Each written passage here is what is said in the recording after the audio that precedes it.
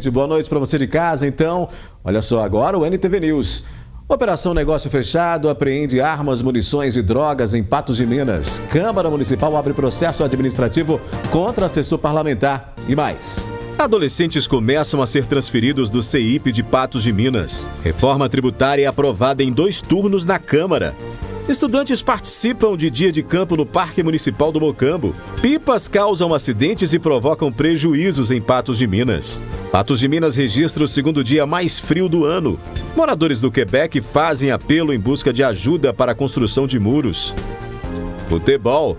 O RT finaliza a preparação para pegar o Betim neste sábado. E clube promove evento para ajudar a manter o time. A gente vai falar ao vivo sobre os pontos dessa reforma da Previdência. São várias dúvidas que a gente tem. Já já a gente conversa com especialistas sobre esse assunto. O NTV News está no ar.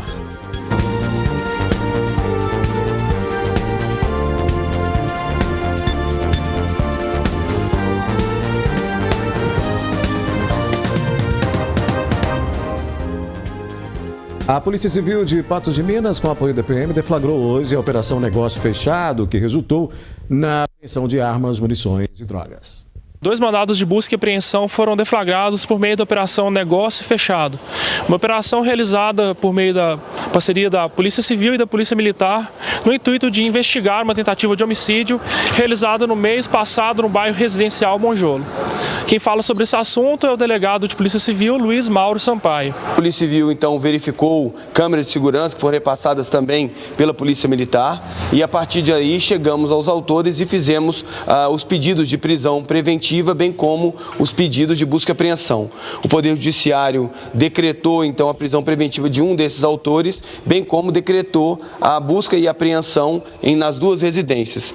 Na data de ontem, mais ou menos para as 5 horas da tarde, a Polícia Civil e a Polícia Militar fizeram a operação que continua na data de hoje e nessa operação a Polícia Militar, no local onde foi determinado pelo Poder Judiciário, encontrou diversos objetos, entre eles armas de fogo, balanço de precisão, drogas e outros armamentos que se encontravam nesse local e o rapaz foi preso. Esse bairro aí tinha um no alto da Serra e um outro bairro aqui próximo aqui na cidade.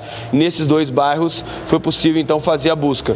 No que o rapaz tinha mandado de prisão, ele não se encontrava em sua residência e por conta disso ele não foi preso, mas se encontra foragido e a Polícia Civil e a Polícia Militar estão aí ao seu encalço para imediatamente poder prendê-lo.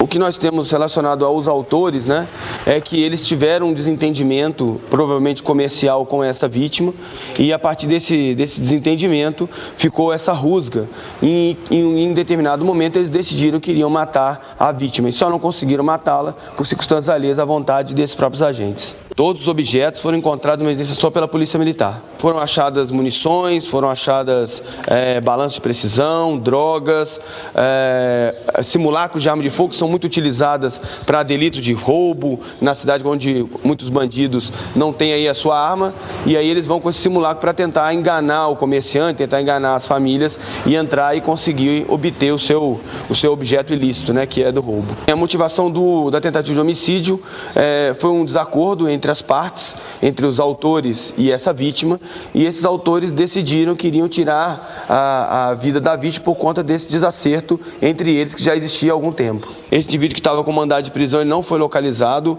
A Polícia Militar e a Polícia Civil continuam desenvolvendo a operação na data de hoje para tentar localizá-lo e prendê-lo. O delegado salienta que foram apreendidos simulacros de arma de fogo, uma arma de fogo, bem como 40 projéteis de cartucho calibre 380, 46 munições de calibre 22, além de 22 projéteis de calibre 9 mm, além de coldres, drogas e uma balança de precisão. Também conversamos com o tenente Rodrigo Souza, que relata sobre como foi o modus operandi dessa operação. Eu já tenho mais de 20 anos de profissão e realmente esse momento de um ano para cá que a gente está trabalhando em conjunto com a Delegacia de Homicídios, eu acho que é inédito. Eu nunca tinha visto acontecer e eu acho que tem que ser assim, a gente tem que juntar esforço para conseguir os resultados positivos, que quem ganha é a sociedade.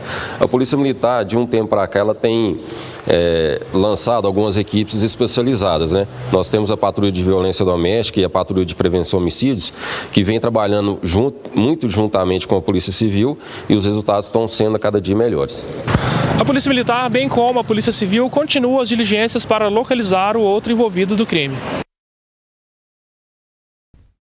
Em meio à possibilidade de encerramento das atividades do Centro de Internação Provisória de Patos de Minas, adolescentes começaram a ser transferidos para outras unidades. Um dos 3 adolescentes que ainda permanecem no CEIP, Centro de Internação Provisória de Patos de Minas, já foi deslocado para outra unidade no estado. O órgão, situado na Avenida Vereador Joseph Borges de Queiroz, no bairro Gramado, está com um embargo que impossibilita a permanência de mais do que 4 adolescentes que cometeram atos infracionários no local, mesmo que o centro, fundado há 12 anos, tenha capacidade para 16. A Secretaria de Estado de Segurança Pública poderá encerrar as atividades do centro ao alegar que 50% das vagas do sistema socioeducativo estadual estejam ociosas e que a estrutura do CEIP em Patos de Minas, além de inadequada, opera abaixo da capacidade. O CEIP emprega cerca de 30 funcionários em Patos de Minas, que, em caso da desativação, poderão escolher outras unidades no estado para serem designados, situação que gera desconforto para alguns dos colaboradores. Não há informações para qual centro de internação do estado o adolescente que saiu do local nesta sexta-feira será transferido, mas devido à proximidade, poderá ser em Araxá, Tupaciguara, Uberlândia ou Unai.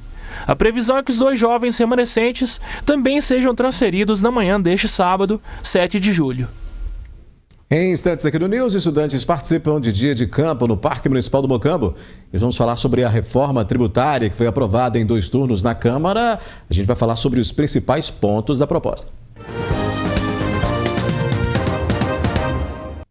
A Câmara dos Deputados aprovou nesta quinta-feira o texto base da reforma tributária por 382 votos a 118, com 3 abstenções.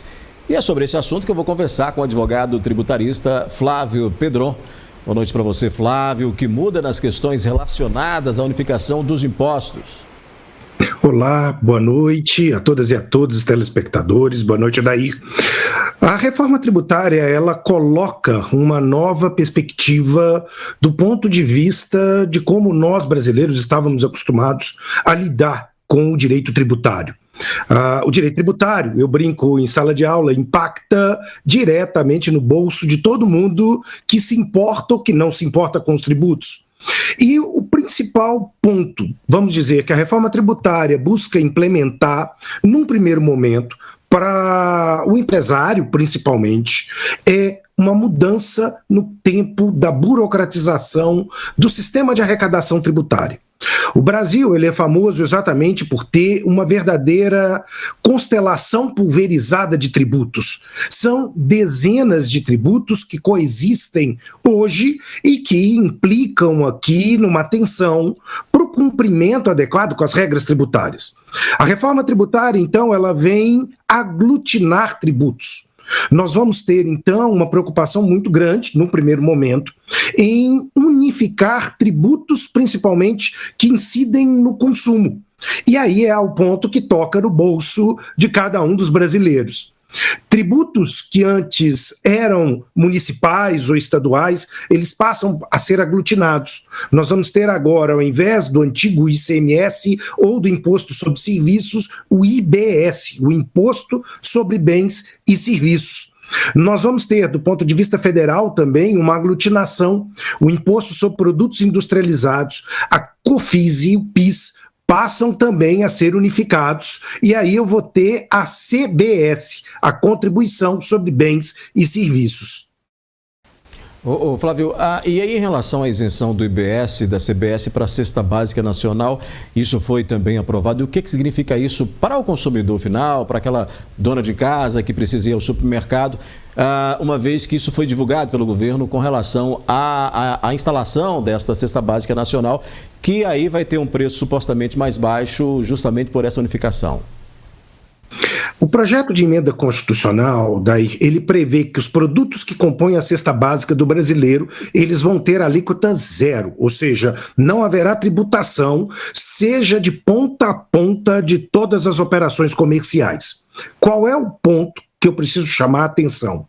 Não há na PEC uma definição de quais produtos ainda estarão dentro dessa cesta básica.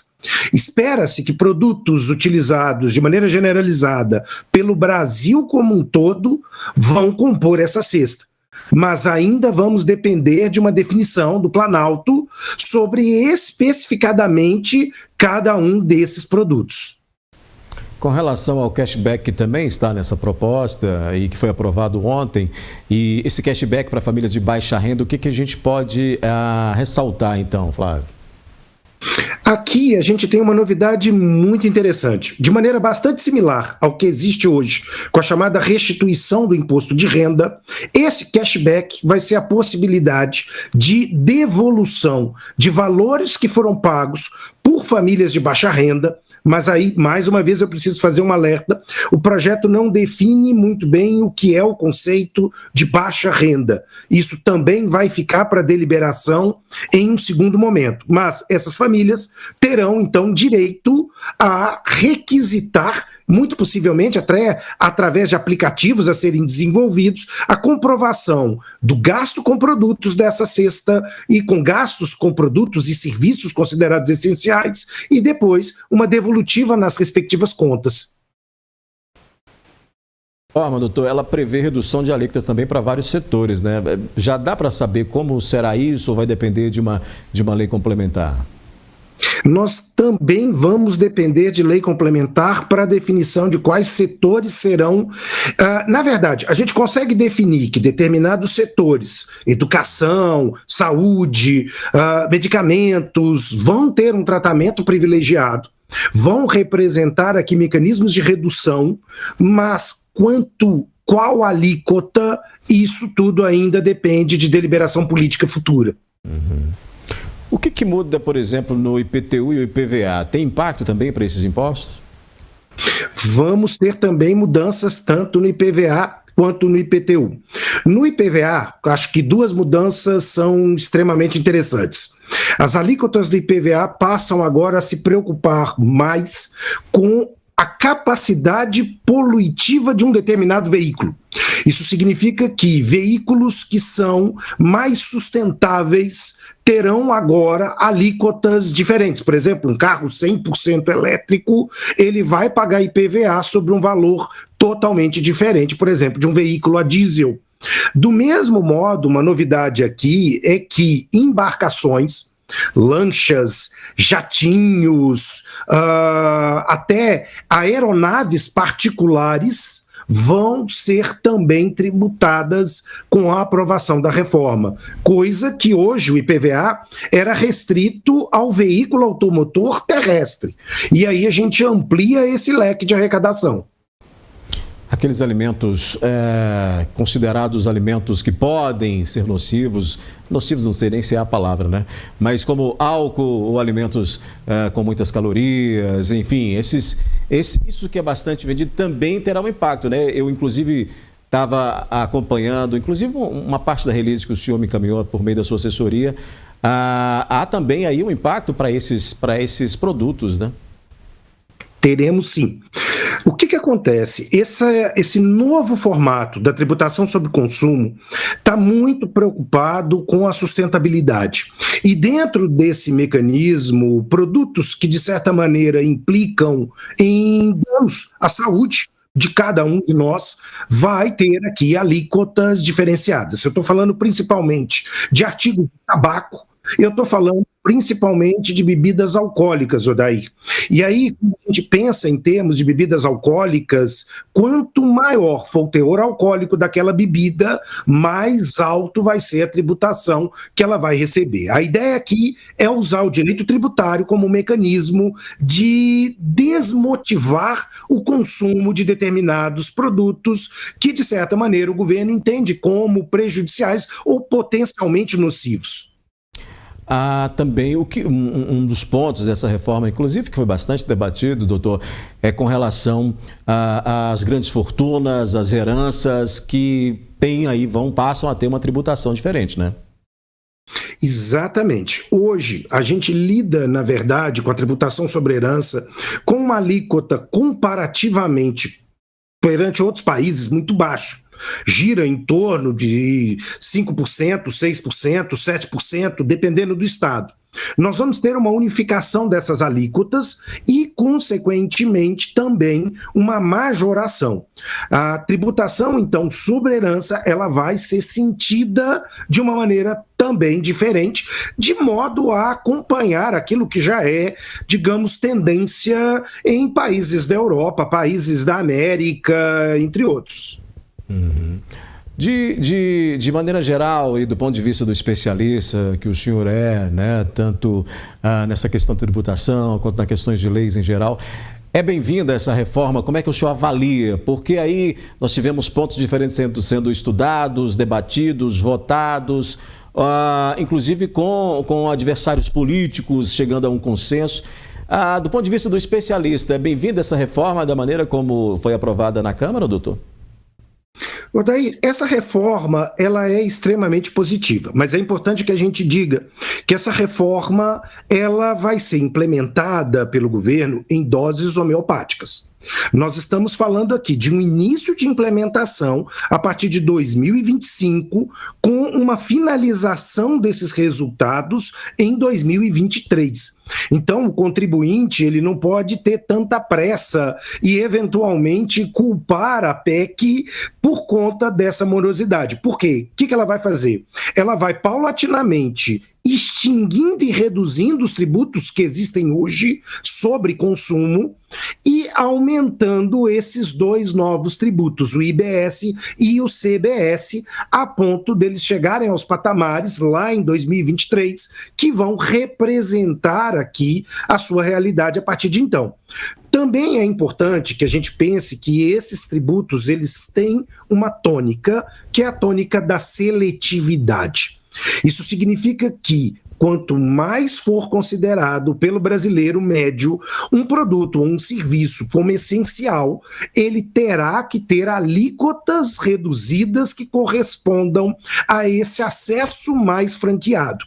Então, planos de saúde, educação, da mesma forma como nós dissemos, produtos da cesta básica, combustíveis, é esperado um paulatino impacto positivo, uma redução e, consequentemente, que essa redução também se transforme num impacto econômico interessante. O governo traz projeções de um crescimento do PIB brasileiro extremamente interessante, que, se implementado, pode chegar aqui a 1% ao ano, quando esta reforma se concluir em 2033. Uhum. Doutor Flávio Pedron, direto de BH, falando conosco aqui no NTV News. Muito obrigado por sua participação, doutor. Muito bacana a gente ouvir do especialista essas explicações, porque é muita coisa para ser debatido mesmo. Uma ótima noite, muito obrigado por sua participação, viu? Obrigado, boa noite a todas e a todos. Muito bem, a gente continua com o NTV News e olha só, estudantes da Escola Jacques Correia participaram de um dia de campo que tratou sobre a importância do solo no Parque Municipal do Mocambo. 3 turmas do 6º ano da Escola Municipal Prefeito Jacques Correia da Costa participaram de um dia de campo aqui no Parque do Mocambo. E para contar para a gente sobre essa aula que se tratou sobre o solo, eu vou conversar com o professor doutor Fander Oliveira, da disciplina de Geografia. Fander, fala para a gente sobre a importância desse tipo de aula aqui e o que os alunos aprenderam nesse percurso hoje aqui pelo Parque do Mocambo. Essa aula é uma aula por excelência de campo, né, da geografia, que é fora da sala de aula. O conceito é trabalhar, né, toda a metodologia, esses conceitos sobre os solos dentro da sala de aula e então trazer os meninos para essa atividade, né, que é campal, onde eles vão fazer esses experimentos, né, com o solo. Então aqui a gente viu sobre as camadas, né, do solo, horizonte A, horizonte B, eles viram as propriedades, nós ainda vamos falar sobre a matéria orgânica do solo, para eles entenderem que o solo é um recurso natural no Brasil e tão importante quanto a água, né, para um país que está em grande desenvolvimento e um país que é agrário e exportador. Maravilha. E o momento foi bom porque o parque acabou de ser revitalizado e vários alunos aqui do sexto ano participaram. Um deles foi o Danilo Anthony, que vai contar pra gente o que ele achou, né, do passeio. Fala pra gente, Danilo, você gostou aqui da visita ao parque? Gostei muito. Acho muito interessante porque a aula fora da sala é muito interessante. E a gente aprende muito mais fora da sala de aula. Certo. Outra aluna é a Ana Gabriela, também está aqui, né? Infelizmente o clima está meio frio, mas mesmo assim é sempre legal participar, né? Estar em contato com o meio ambiente, né? Sim. Eu quero agradecer aos professores que trouxeram a gente aqui, que é uma aula inovadora, por causa que a sala de aula é fechada e não tem tanta coisa assim. E eu gostei muito. Maravilha, vou voltar aqui com o Fander. Fander, vocês pretendem fazer outro tipo de aula de campo em breve para o Jacques Sorré, para outros alunos de outras turmas lá na escola? Sim, nós temos diferentes metodologias dentro da Escola Municipal Prefeito Jacques Correia, de acordo com o nível, né, de acordo com as disciplinas. Há outros projetos que estão em andamento, os meninos do 8º, do 9º ano já visitaram o museu, por exemplo, né? Então nós temos outras atividades que vão envolver também os outros professores, que é uma equipe que trabalha, né, em prol da educação do município. Maravilha, tá aí. Essa aula também contou com o apoio da professora Regina de Ciências. E esse tipo de aula é importante, que pode fazer com que algum desses alunos tendam a estudar geografia, ciência ou qualquer outra área voltada para o meio ambiente. Depois do intervalo aqui no News, pipas causam acidentes e provocam prejuízos em Patos de Minas. Tem a previsão do tempo para o fim de semana. E Patos de Minas registra o segundo dia mais frio do ano.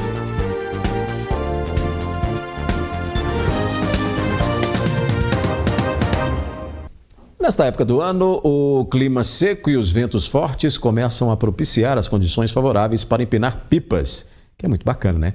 No entanto, a brincadeira pode causar prejuízos e até mesmo acidentes graves.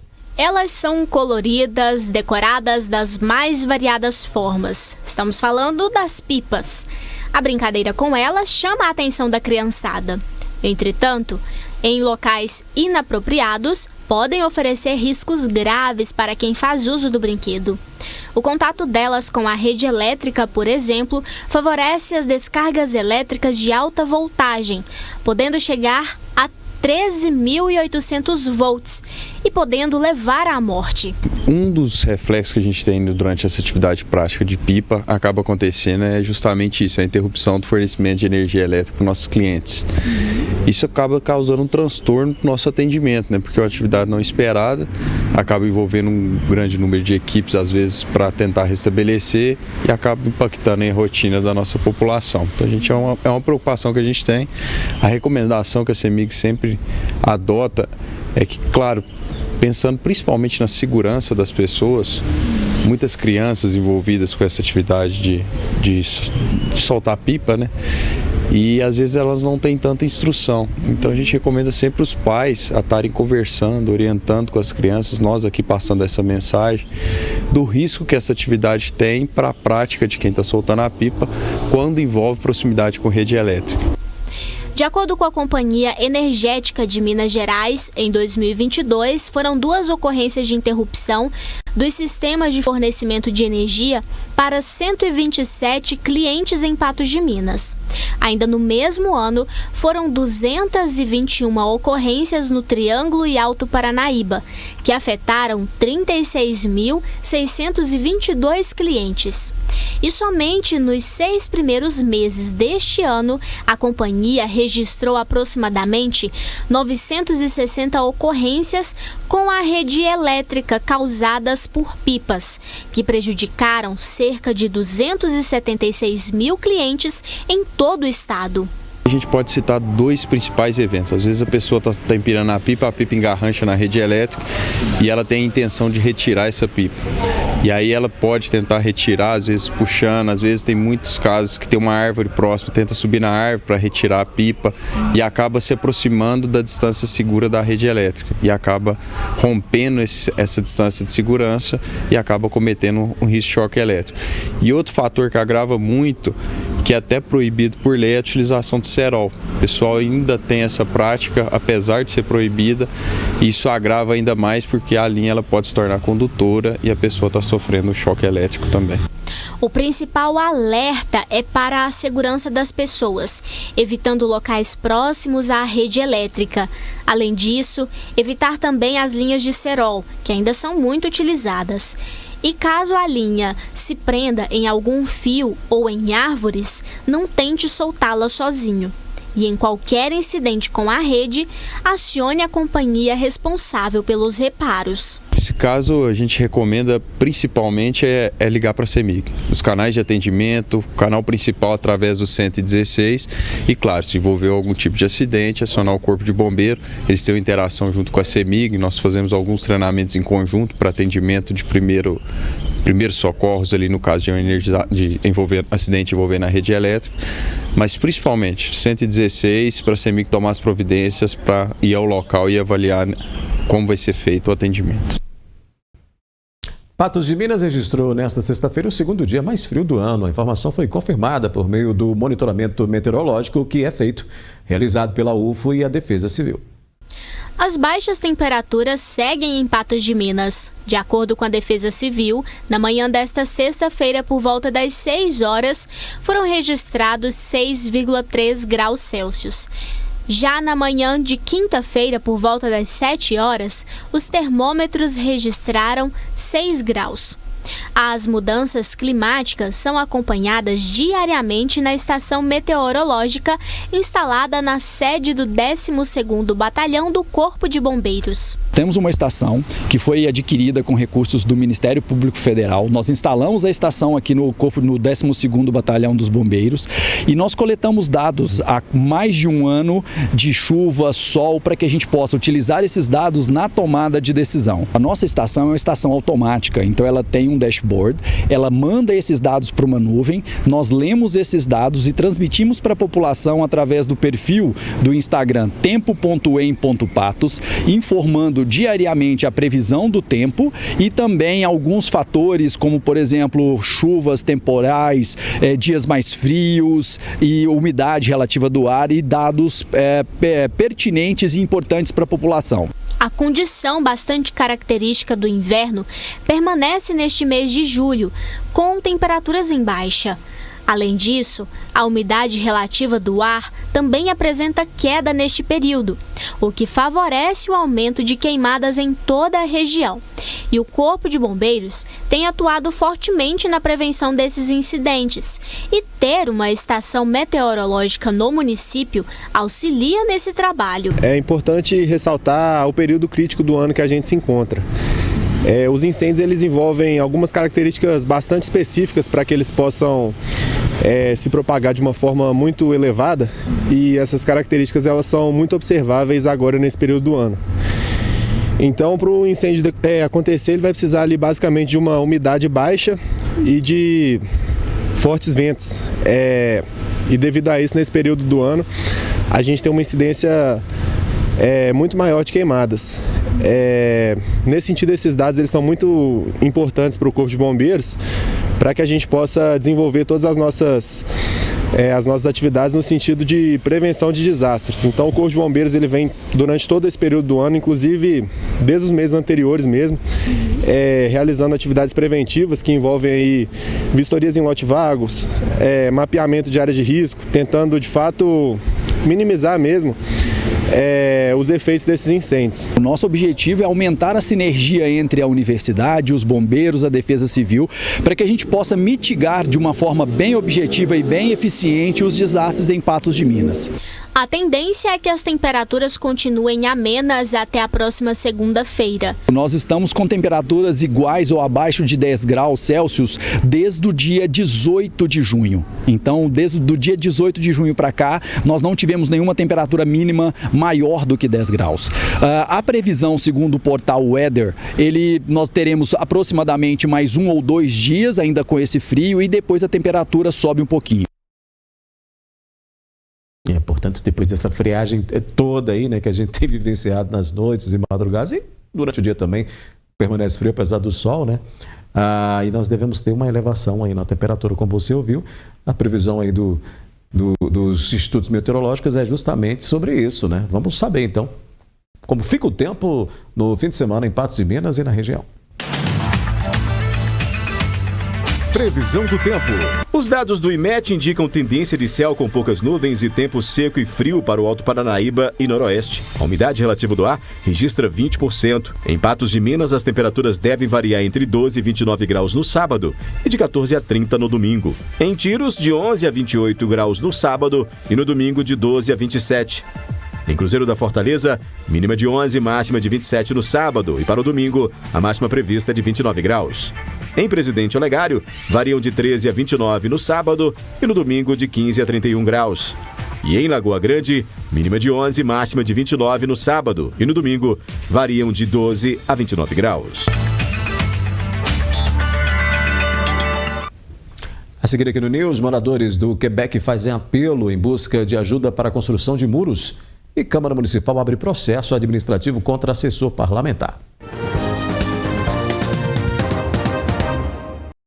Um processo administrativo foi aberto contra um assessor da Câmara Municipal de Patos de Minas. O funcionário teria divulgado imagem na qual ele aparece com uma arma no interior do prédio do Legislativo. O assessor do parlamentar José Luiz se tornou alvo desse processo administrativo após ele ter postado uma foto nas redes sociais que ele teria tirado de dentro da Câmara Municipal portando uma arma. Procurada pela nossa reportagem, a Câmara Municipal do município disse que o presidente da Câmara, Gladson Gabriel, determinou a abertura do processo administrativo por meio da portaria número 1805 do dia 15 de junho de 2023 e foi publicado no Diário Oficial do município no dia 16 de junho de 2023, na edição número 893. Para apurar o caso, por meio da portaria, o presidente da Casa Legislativa nomeou 3 servidores que estarão à frente, da comissão processante, que terão 60 dias a partir do dia 16 de junho, que foi o dia que foi publicado, para apurar todo esse processo. Procurado pela nossa reportagem, a assessoria do gabinete do vereador José Luiz disse que não irá se manifestar no momento e que o processo tramita em sigilo, com acesso restrito às partes e a seus procuradores. Direto de Patos de Minas, Diego Natanael, para o jornalismo da NTV. A Polícia Civil informou que estão sendo realizadas investigações para verificar a veracidade dos fatos, mas disse por meio de nota que não pode adiantar qualquer detalhe sobre a possível autoria, materialidade e circunstâncias neste momento. Agora a gente mostra que moradores do bairro Quebec estão fazendo apelo em busca de ajuda para a construção de muros. Michele e Maria Fernanda são vizinhas e vêm enfrentando problemas por causa da falta de muros em suas residências. Ambas moram sozinhas com seus filhos e não têm condições de pagar pelos materiais da obra. Eu moro aqui, Quebec tem 6 anos. Aí o que acontece? Eu não tenho condições de morar na minha casa, minhas vizinhas também não, infelizmente. Eu trabalho, mas só eu para sustentar a casa, Tenho filho, 2 filhos, não mora comigo não, só o outro. E então eu gostaria de pedir a ajuda de vocês, se alguém puder doar algum material, que a mão de obra a gente consegue, sabe? Eu sou mãe solteira, tenho 2 filhos, e moro aqui desde quando entregou as casas, E eu gostaria muito, assim, de morar, na casa, porque eu tô sem condições. Maria Fernanda está recém-operada e não está conseguindo trabalhar no momento. Já a Michele precisa sustentar a casa apenas com o Bolsa Família que recebe por não poder trabalhar e precisar ficar em casa com os 2 filhos pequenos. A falta do muro tem causado transtornos para as moradoras, que já não sabem mais o que fazer com pessoas do bairro que não respeitam os limites das residências. Porque aqui é muito perigoso, menina, a gente não tem sossego de dormir. Você tá bem dormindo, passa um e taca pedra na sua porta. É a gente andando ao redor, entendeu? Então a gente não tem sossego. Então a gente gostaria de contar com a colaboração, do povo. Para quem tiver interesse em ajudar as 2 famílias oferecendo os materiais de construção ou ajuda financeira, basta fazer as suas doações através do Pix ou entrar em contato pelos números 99820 1169 ou 99689-84. Vamos colocar na tela novamente aí os contatos, o Pix, para quem quiser ajudar essas famílias a conseguir esses materiais para fazer esses muros aí até porque é uma questão de segurança também para essas famílias, né? Além de estar ali resguardando o seu lar. Aí está na tela o Pix, né? O primeiro Pix é 10929567609 e o outro é o 349968984417. Os contatos também estão aí na tela. A Maria Fernanda está aí o celular dela, que é o 9968984417, e o da Michele também aí na tela, o telefone, para que você possa de alguma maneira ajudar, se puder, no telefone 9982011169, portanto aí, para que você, caso possa, né, ajudar essas famílias aí que residem no Quebec, né? Às vezes você tem um pouco de material, pode ajudar, outro tem um pouco de material, tijolo, cimento, ferragem, essas coisas aí.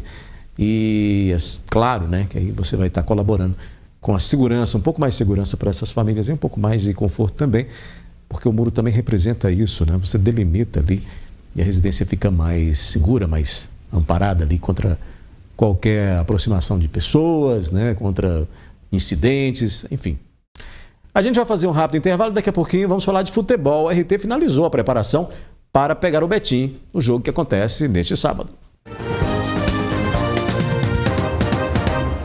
Vamos falar do Trovão Azul. O elenco da URT realizou o treino na manhã de hoje, encerrando a preparação para a partida contra o Betim, que acontece neste sábado. Voltando de uma goleada de 4-0 em desfavor do Boa e na liderança do módulo 2 do Campeonato Mineiro, o técnico do Trovão afirma estar confiante para o confronto da URT contra o Betim na tarde deste sábado. A expectativa sempre positiva, sempre das melhores, né? Os atletas fazem com que isso aconteça, né?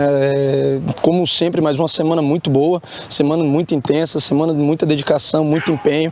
Os ajustes que a gente precisava fazer no treino aconteceram muito bem, né? Então a gente vem com a expectativa muito positiva, acredita que vai dar para fazer um excelente jogo e vamos buscar até o final aí os 3 pontos. Com a escalação ainda em sigilo, o lateral esquerdo Thiago Balaio é um dos jogadores que poderão entrar em campo na disputa deste sábado. A expectativa é a mesma de todo o jogo, a gente vem fazendo um bom trabalho e o mais difícil é manter, né, essa regularidade.